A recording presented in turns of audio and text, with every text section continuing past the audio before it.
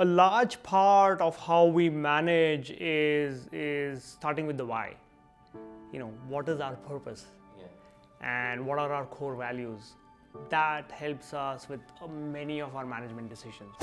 Today, we're airing an interview I held with Amar Panchal, the CEO of the information technology consulting and staffing company, Akraya. He opens with his philosophy on setting up his recruiters for success, then talks about the ways to deliver on a promise of top quality candidates, and finally how Akraya's values have helped them manage their people. I hope you enjoy.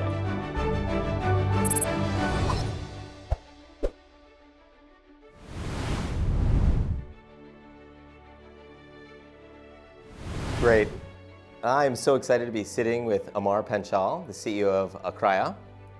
There are too many awards on your website to really describe them all, but multiple time best places to work, and your recruiting industry, staffing industry, has awarded you numerous times as well. And what I found most interesting was on your LinkedIn profile, you have entrepreneur, investor, and geek. How'd you come up with that? It truly reflects what I am. Clearly, I'm an entrepreneur, multiple-time entrepreneur. So that's something that is obvious. As I've grown the company and have been fortunate to have seen some success, I've had the opportunity to invest in some good ideas. Oh, great. But when I think of invest, it's not just investing in other companies. I also think of invest as investing in people. Sure. Investing in building teams. So much more holistic view of invest. It's a more holistic view of invest.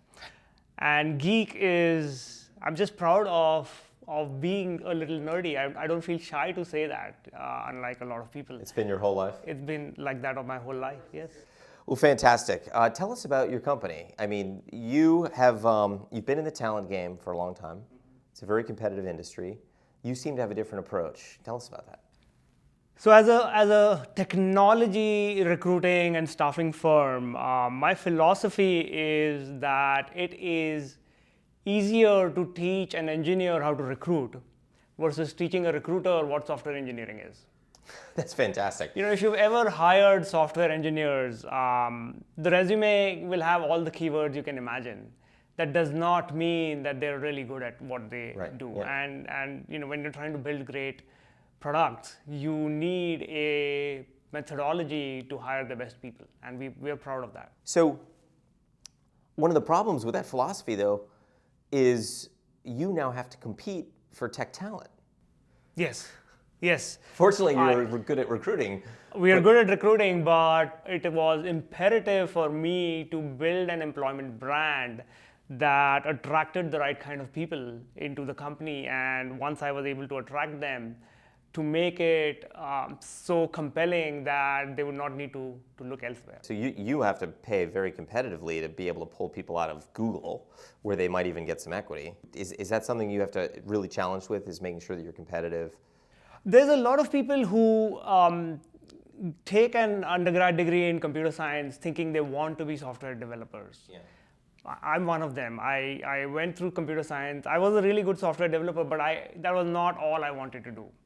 So the kind of recruiters that we end up hiring are engineers who are also, in many cases, extroverts, who are also wanting to talk to people and make a difference. They're not happy sitting in a cubicle and coding away. And maybe have their own autonomy a little bit. Exactly. They are people, but they're also engineers. Yeah, and recruiters they're in charge of their day. I mean, they're on the phone a lot, but Absolutely. They have some control over that. They do absolutely have. If they want to see their kid play soccer, they can go do that. They can do that, yeah. and it gives them a lot more flexibility, and it can be lucrative. I mean, good recruiters make a ton of money. Oh yeah. Absolutely. Oh yeah. Do you see a premium for female coders for the same code level, capability level? Because people are trying to diversify their tech departments? Now there is. There is, so there's a premium. Now there is a premium.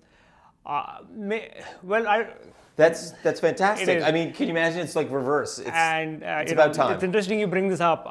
We, as part of our philosophy to give back to the community, we started an initiative called Women Back to Work. And so about 5 years back, we started creating systemic pathways for these women to get back into the workforce. Yeah, with your company. With our company. That's great. Yes. That's great. Was we that a run it as social a- mission part of your business? Absolutely.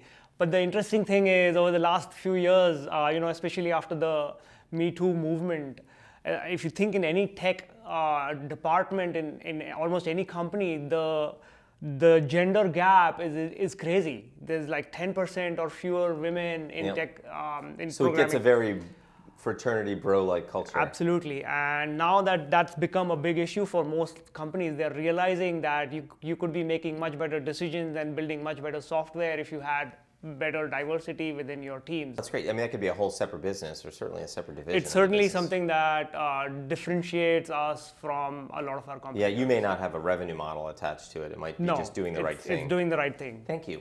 Yeah, It's good that you're doing that. absolutely. So let me ask you, I'm going to pivot now from what you do to how you manage your people. A large part of how we manage is starting with the why. What is our purpose? Yeah. And what are our core values? That helps us with many of our management decisions. Sure. So our purpose is delivering 3 times karma. 3 times karma? Karma. We enable our clients to create revolutionary products. We inspire our candidates to realize their dreams. And we empower Akrayans, that's our internal staff, Yeah. to pursue their passions. That's great. And that makes sense why you started the women's movement 5 Absolutely, years ago yes. to get them back. That's great. That is super.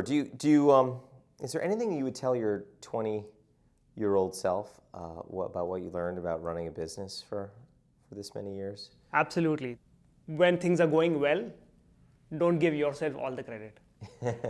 But when things go bad, don't blame yourself for everything. Yeah. I was too hard on myself at times when things went wrong. And now I've realized, success is a team sport. And a lot of my success was because I was surrounded by some really, really good people. Right. Right. The second thing I wish I had known 20 years ago was to surround yourself by great people, but people you get along with. If you calculate, you spend about half your waking hours at work. Yeah. And if you haven't made friends where you work, you're wasting those half your life. Beautiful hours. Yes, absolutely. So you could look at the time you go to work as a time where you enjoy yourself, or you could look at it as where you're going and I being always try and have a frustrated. sense of humor at work. Yes.